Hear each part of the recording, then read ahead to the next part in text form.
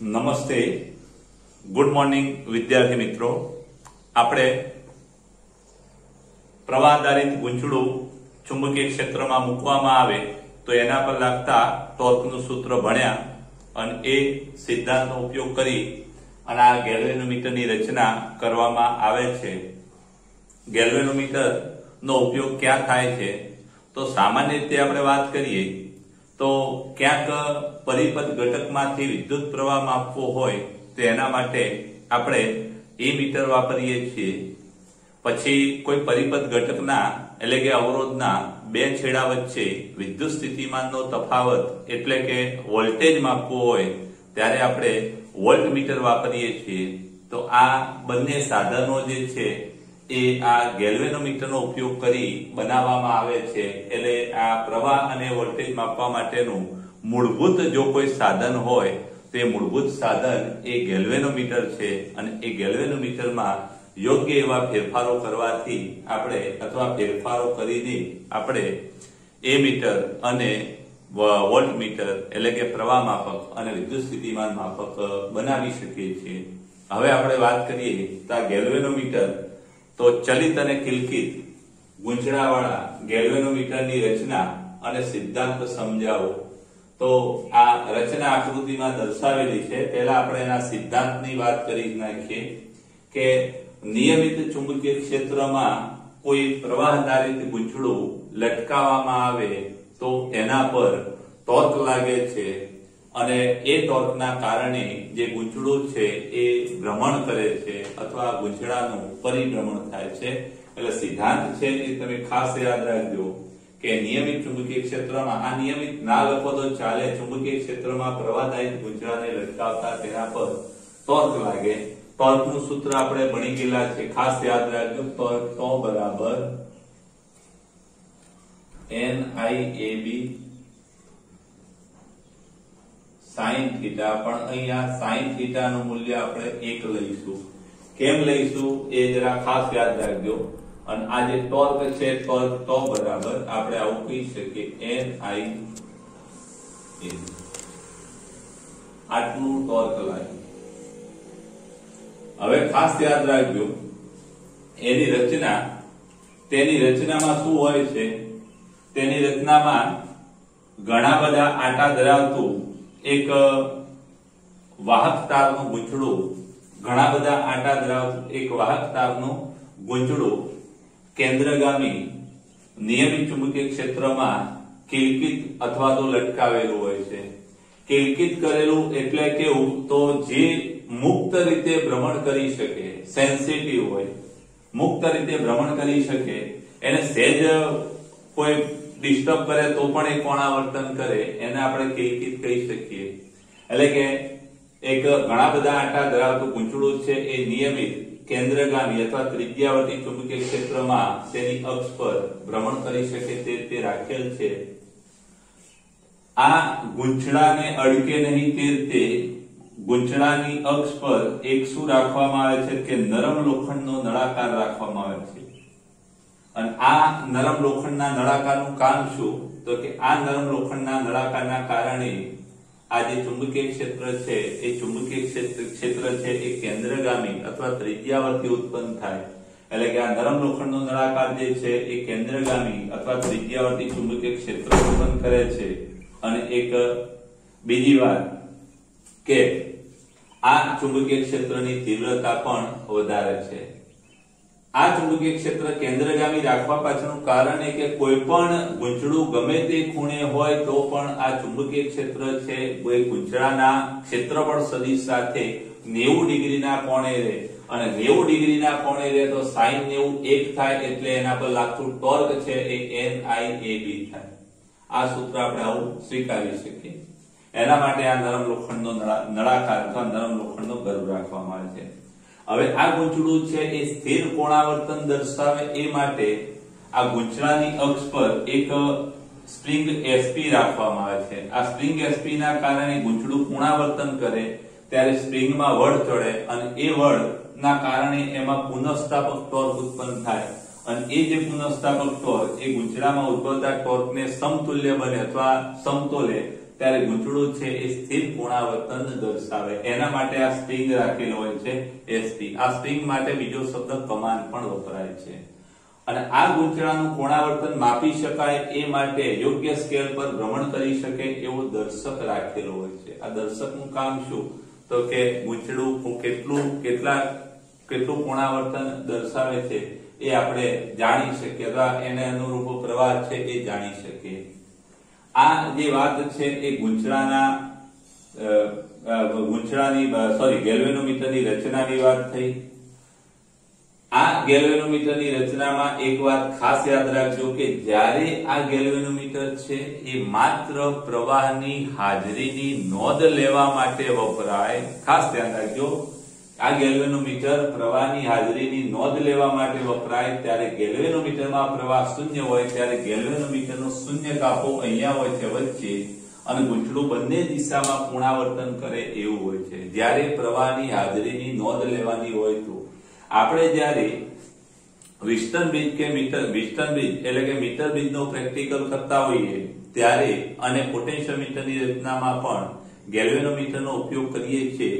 અને એવા તટસ્થ બિંદુ પર આપણે પોટેન્શિયોમીટરમાં દર્શકને પોટેન્શિયોમીટરની રચનામાં આપણે જે જોકી છે એને એવા તટસ્થ બિંદુ પર ગોઠવીએ કે જેથી કરીને ગેલ્વેનોમીટરનું આવર્તન શૂન્ય થાય. અને એ ગેલ્વેનોમીટરનું આવર્તન શૂન્ય થાય ત્યારે એ ગેલ્વેનોમીટરનો જે દર્શક છે એ શૂન્ય કાપો કે જે વચ્ચે હોય છે, અને જ્યારે એમાંથી વિદ્યુત પ્રવાહ પસાર થાય ત્યારે ડાબી બાજુ અથવા તો જમણી બાજુ એ કોણાવર્તન કરતો હોય છે. કોઈ એક દિશાના પ્રવાહમાં જો એ ડાબી બાજુ કોણાવર્તન કરતો હોય તો પ્રવાહની દિશા ઉલટાવતા એ જમણી બાજુ કોણાવર્તન દર્શાવતો હોય છે.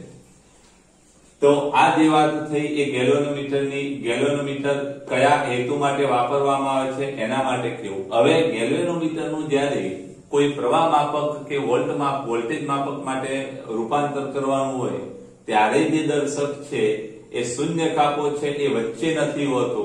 ત્યારે ગેલ્વેનોમીટરમાં પ્રવાહ પસાર ના થતો હોય ત્યારે એ શૂન્ય કાપો છે એ ડાબી બાજુ રાખવામાં આવતો હોય છે, અને પછી એનો વોલ્ટેજ કે પ્રવાહ વધે એમ એનો વોલ્ટેજ કે પ્રવાહ માપી શકાય. આ વાત હતી એની રચનાની અને સિદ્ધાંતની.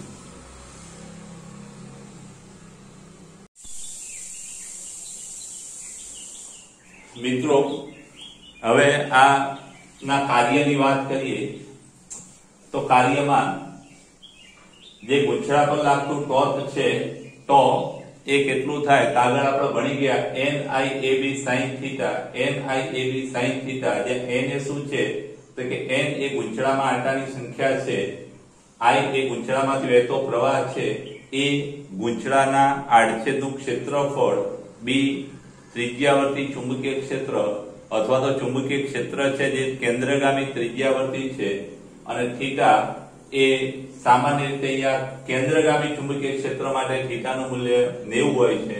એટલે કેન્દ્રગામી અથવા ત્રિજ્યાવર્તી ચુંબકીય ક્ષેત્ર હોવાના કારણે અહીંયા જે થીટા છે એ 90 ડિગ્રી મળે છે, અને sin 90 બરાબર 1 થાય, અને sin 90 ની કિંમત 1 મૂકીએ અહીંયા તો બરાબર NIAB થશે. NIAB સમીકરણ નંબર આપણું આ 2. હવે ખાસ ધ્યાન રાખજો કે અહીંયા ગૂંચળામાં આ ટોર્કના કારણે ગૂંચળાનું કોણાવર્તન થાય, અને આ ગૂંચળાનું કોણાવર્તન થાય પણ ગૂંચળા સાથે એક સ્પ્રિંગ SP લગાડેલી હોય છે, અને એ ગૂંચળા સાથે લગાડેલી જે સ્પ્રિંગ SP છે એમાં આ ગૂંચળાના કોણાવર્તનના કારણે આ સ્પ્રિંગમાં વળ ચડે, આંટો ચડે, અને આ આંટો અથવા તો વળના કારણે એમાં પુનઃસ્થાપક ટોર્ક ઉત્પન્ન થાય. અને આ જ્યારે સ્પ્રિંગમાં ઉદ્ભવતું પુનઃસ્થાપક ટોર્ક અને ગૂંચળાનું જે ચુંબકીય ક્ષેત્રનું ટોર્ક છે એ બંને સમાન થાય ત્યારે સમતોલન સ્થિતિ સ્થપાય, અને આ સમતોલન સ્થિતિમાં ગૂંચળાનું કોણાવર્તન માનો કે phi હોય ત્યારે આ સ્પ્રિંગમાં ઉદ્ભવતો બળ પણ phi થાય, અને ત્યારે ગૂંચળામાં ઉદ્ભવતું પુનઃસ્થાપક ટોર્ક એને આપણે કે phi તરીકે ઓળખીએ છીએ. એટલે કે ગૂંચળામાં અહીંયા સ્પ્રિંગમાં ઉદ્ભવતું પુનઃસ્થાપક ટોર્ક ટોર્ડેસ બરાબર k phi, જ્યાં phi એ એનું કોણાવર્તન છે. k ને શું કહેવામાં આવે? તો કે એ વળ અચળાંક છે, ખાસ યાદ રાખજો. અને સમતોલન સ્થિતિમાં આ બંને ટોર્ક સમાન થાય, પેલા ગૂંચળાના પુનરાવર્તનનું ટોર્ક અને સ્પ્રિંગના વળના કારણે ઉદ્ભવતું ટોર્ક, આ બંને ટોર્ક કેવા થાય? સમાન થાય. એટલે સમતોલન સ્થિતિમાં આ NIAB K phi થાય. NIAB K phi. આના પરથી આપણે phi ને સૂત્રનો કરતા બનાવીએ તો phi બરાબર NAB ભાગ્યા K અને ગુણ્યા I થાય. I ને આપણે કૌંસની બહાર રાખીએ છીએ, ખાસ યાદ રાખજો. NAB આ K છેદમાં આવે અને I, એટલે કે NAB ભાગ્યા K into I થાય. અહીંયા NAB ભાગ્યા K આ બધી જ રાશિઓ જે કૌંસમાં મૂકી છે એ અચળ છે. કેમ અચળ?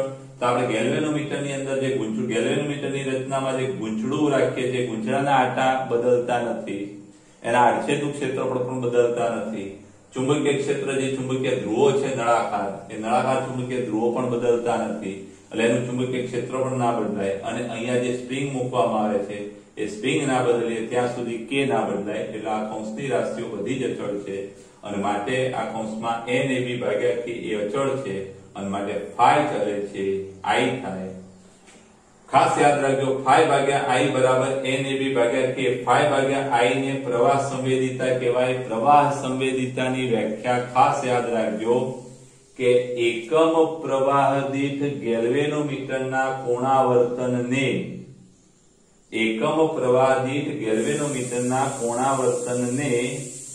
ગેલ્વેનોમીટરની પ્રવાહ સંવેદિતા કહેવામાં આવે છે. અને પ્રવાહ સંવેદિતાનો એકમ શું થાય? તો કે આનો એકમ રેડિયન, આનો એકમ એમ્પિયર, એટલે કે રેડિયન પર એમ્પિયર. હવે આ જે પ્રશ્ન છે એ તમારે સારા અક્ષરે સ્ક્રીનશોટ લઈ અને ઉતારી દેવા.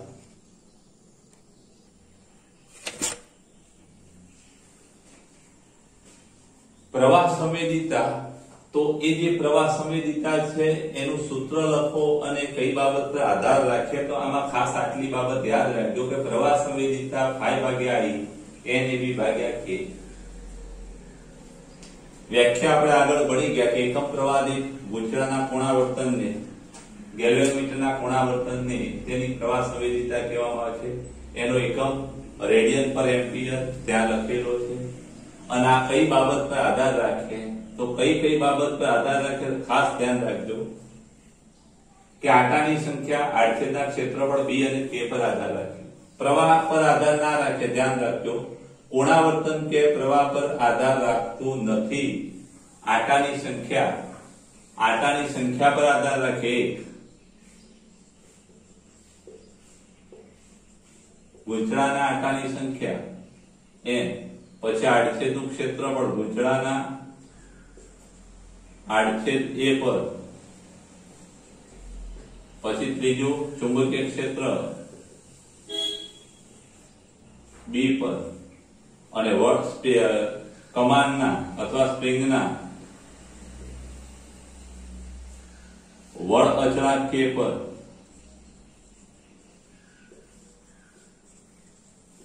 આધાર રાખે.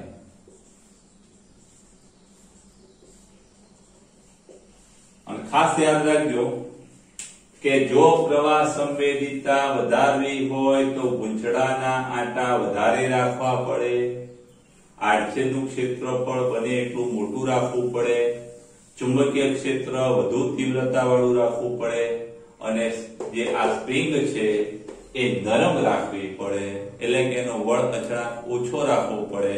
અને જો તમારે પ્રવાહ સંવેદિતા ઓછી રાખવી હોય, પ્રવાહ સંવેદિતા ઘટાડવી હોય તો K વધારવો પડે અને અંશ ઘટાડવો પડે. ખાસ યાદ રાખજો, જેટલી પ્રવાહ સંવેદિતા વધુ એટલું આપણું જે ગેલ્વેનોમીટર છે એ વધુ સંવેદનશીલ, એટલું સંવેદનશીલ હોય છે કે માઇક્રો એમ્પિયરના ક્રમનો વિદ્યુત પ્રવાહ પસાર કરવામાં આવે તો પણ એનો કાંટો છે એ પૂર્ણ સ્કેલ આવર્તન દર્શાવતો હોય છે.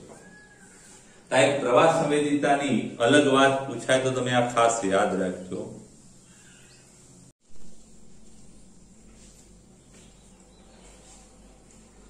ગેલ્વેનોમીટરના હવે છેલ્લા પ્રશ્નો, એમાં આપણે જે ગેલ્વેનોમીટર છે એનો ઉપયોગ આપણે પ્રવાહ માપવા માટે અને વોલ્ટેજ માપવા માટે કરી શકીએ, પણ સીધું ગેલ્વેનોમીટરને સીધું પ્રવાહ માપક માટે વાપરીએ ત્યારે ઉદ્ભવતી મુશ્કેલીઓ અને એનું નિવારણ, કોઈ મુશ્કેલી આવે તેનું નિવારણ તો કંઈક ને કંઈક હોય જ. તો આપણે પહેલા તો અહીંયા આપણું આ જે ગેલ્વેનોમીટર છે એ ગેલ્વેનોમીટરનો પોતાનો પણ અવરોધ હોય, કારણ કે ગેલ્વેનોમીટરની અંદર એક ગૂંચળું હોય છે જેમાંથી પ્રવાહ પસાર થતો હોય છે. એ જે ગેલ્વેનોમીટર છે એનો એ ગૂંચળું છે, એનો પોતાનો જે અવરોધ છે એને RG વડે દર્શાવવામાં આવે છે. જૂના આગળના સિલેબસની અંદર G કીધેલું હતું. તો આપણે પહેલી મુશ્કેલી એ કે ગેલ્વેનોમીટર જે ખરું એ સંવેદનશીલ છે. સંવેદનશીલ એટલે કે માઇક્રોમીટરના ક્રમનો પ્રવાહ પણ એમાંથી પસાર થાય તો એ પૂર્ણ સ્કેલ આવર્તન દર્શાવે. પૂર્ણ સ્કેલ એટલે કે એનો જે કાંટો છે, દર્શક છે, એ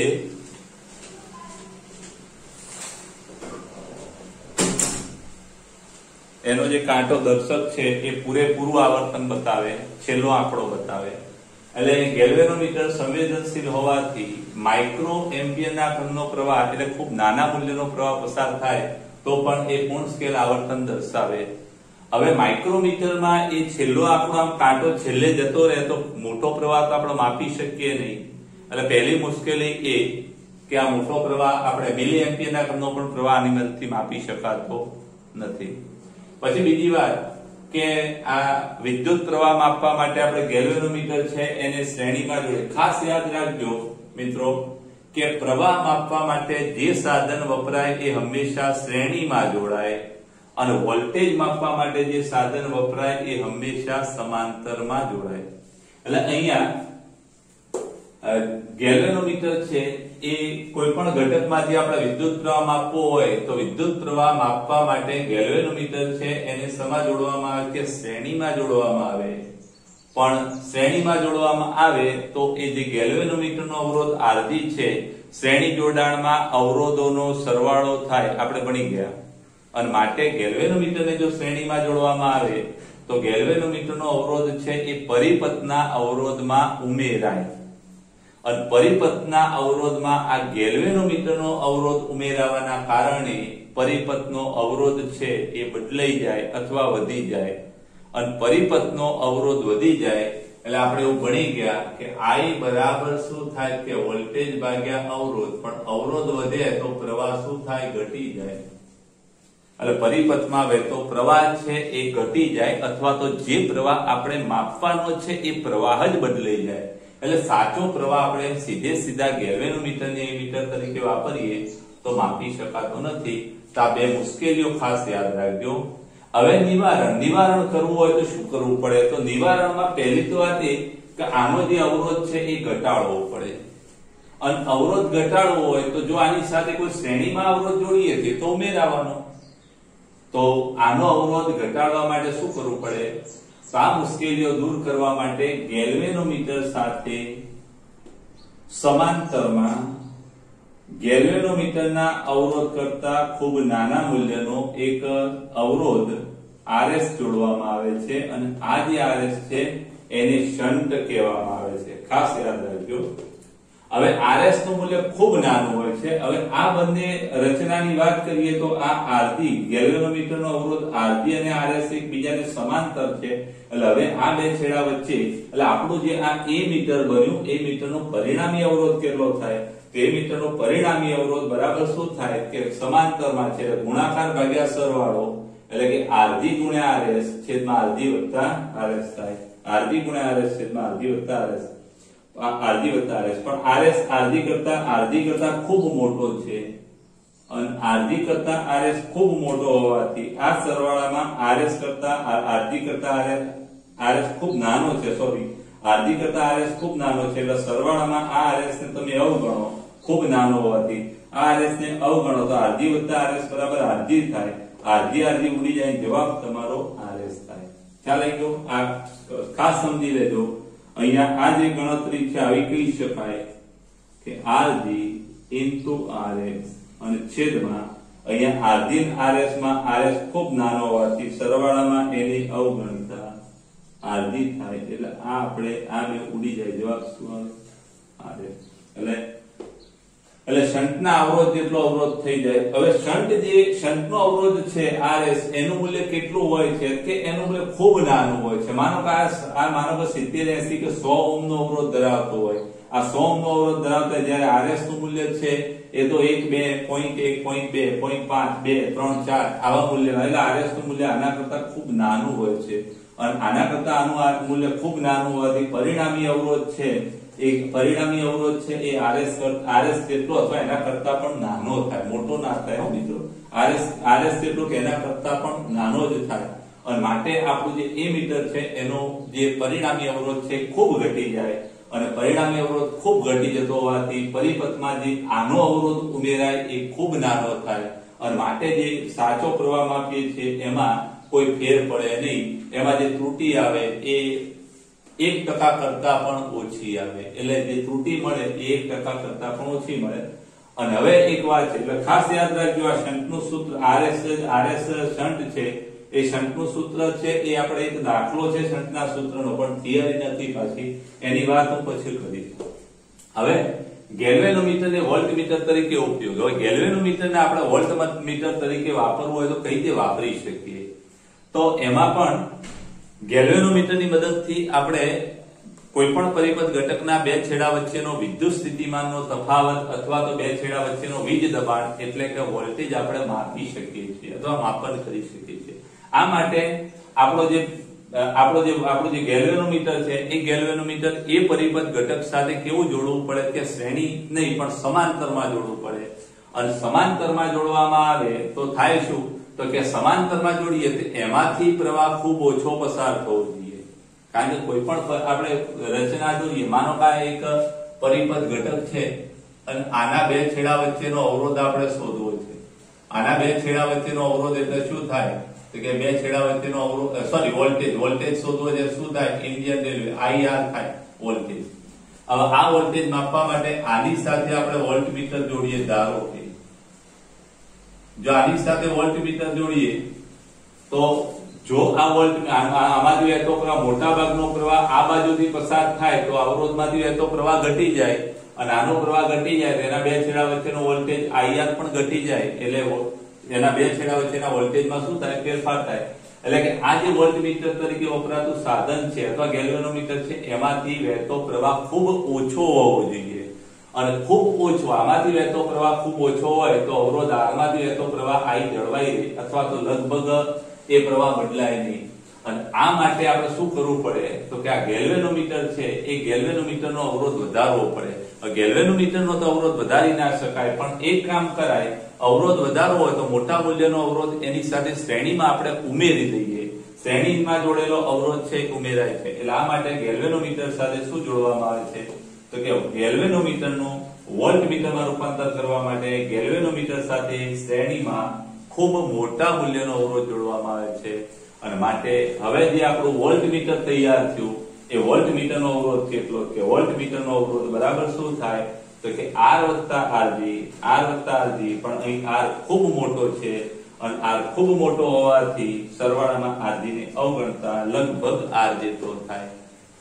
તો આ વોલ્ટમીટરમાં રૂપાંતરણની વાત છે. અને એક વાત છેલ્લી, આની જરા સ્ક્રીનશોટ બંનેના લઈ લેજો. અને હવે એક છેલ્લી વાત આપણે લઈ લઈએ કે વોલ્ટેજ સંવેદિતા. તો વોલ્ટેજ સંવેદિતા કોને કહેવાય?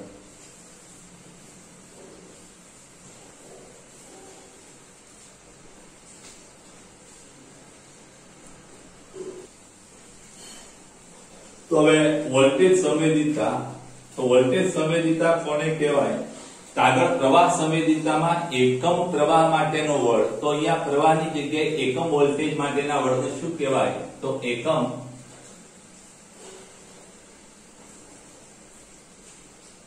માટેના પુનરાવર્તનને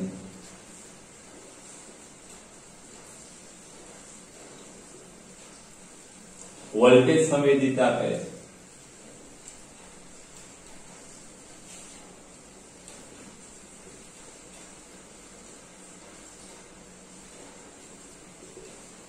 અને માટે વોલ્ટેજ સંવેદિતા એટલે શું કહેવાય? કે phi ભાગ્યા V. તો 5 ભાગ્યા v બરાબર શું થાય? તો આપણે એવું ભણી ગયા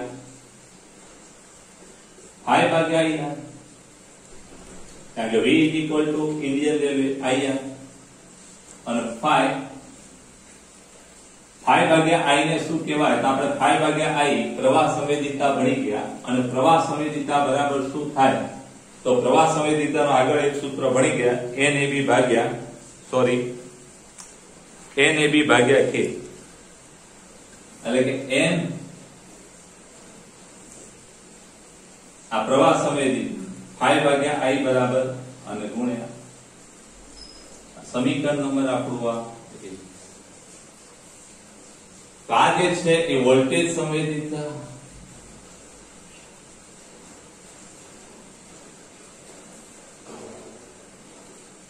અને એનો એકમ શું થાય કે રેડિયન પર વોલ્ટ. એનો એકમ ખાસ યાદ રાખજો, રેડિયન પ્રતિ વોલ્ટ અથવા રેડિયન પ્રતિ